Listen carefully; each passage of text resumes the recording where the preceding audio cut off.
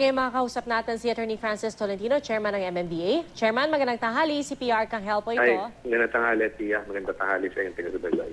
Chairman, kamusta po yung monitoring ng MMDA ngayon at rescue operations na isinasagawa po ninyo?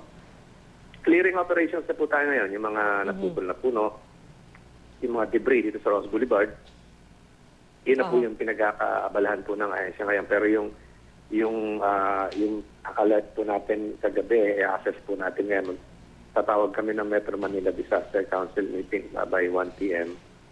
Nandito na nga po si NCRPO para i-assess po kung i-terminate na namin itong heightened alert and then i-assess yung overall situation. Pero so far, maganda naman yung report sa field at nag-ikot din po ako kanina anong kasagsagan doon sa Ross Boulevard, sa El Pilar, Makati. So meron lang tayo ilang flash floods doon sa Quirino, ilang tubig na reported dito sa may istasyo. Pero possible naman po kanina lahat yung anong kasagsagan. So ang nakita ko Pia, i-assess namin yung kung may casualty o wala. So binubuo ko lang yung forum ngayon. Pero Chairman, nabanggit nyo, clearing operations na po ang isinasagawa po ninyo. So, hindi na nga ilangan ng rescue operations po?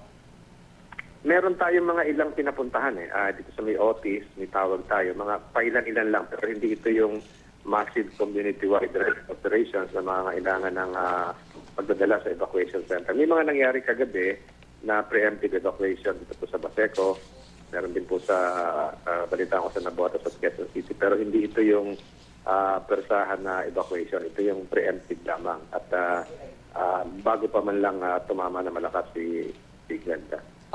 At sa monitoring po ninyo, Chairman, wala naman masyadong baha, no? It's mostly talagang yung mga puno nagtumbahan at mga nakaharang sa daan. Meron nga po. Meron lang dito na daanan ako kanina doon sa may tapat na ginagawang Skyway train. Itubig doon ng kaunti. Pero possible naman. Malaki na itulong nung naalis natin sa kalye yung mga estudyante, yung mga kawani ng pamahalaan dahil na-reduce natin yung risk sa presence ng milyon-milyon po yun kung nandun yung mga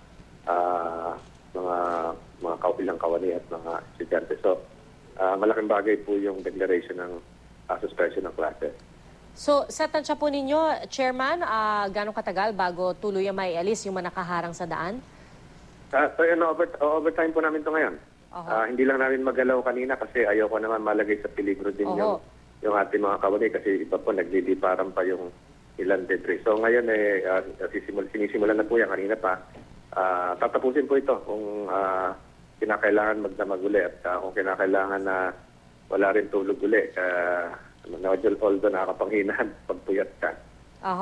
Mahirap na rin po. At syempre, kailangan tiyakin rin yung kaligtasan ng ating mga kasamahan po. Chairman, maraming salamat po. Makikibalita po ulit kami after po ng inyong pakikipagtulong. Salamat po, Pia. Salamat po si Attorney Francis Tolentino, Chairman ng MMDA.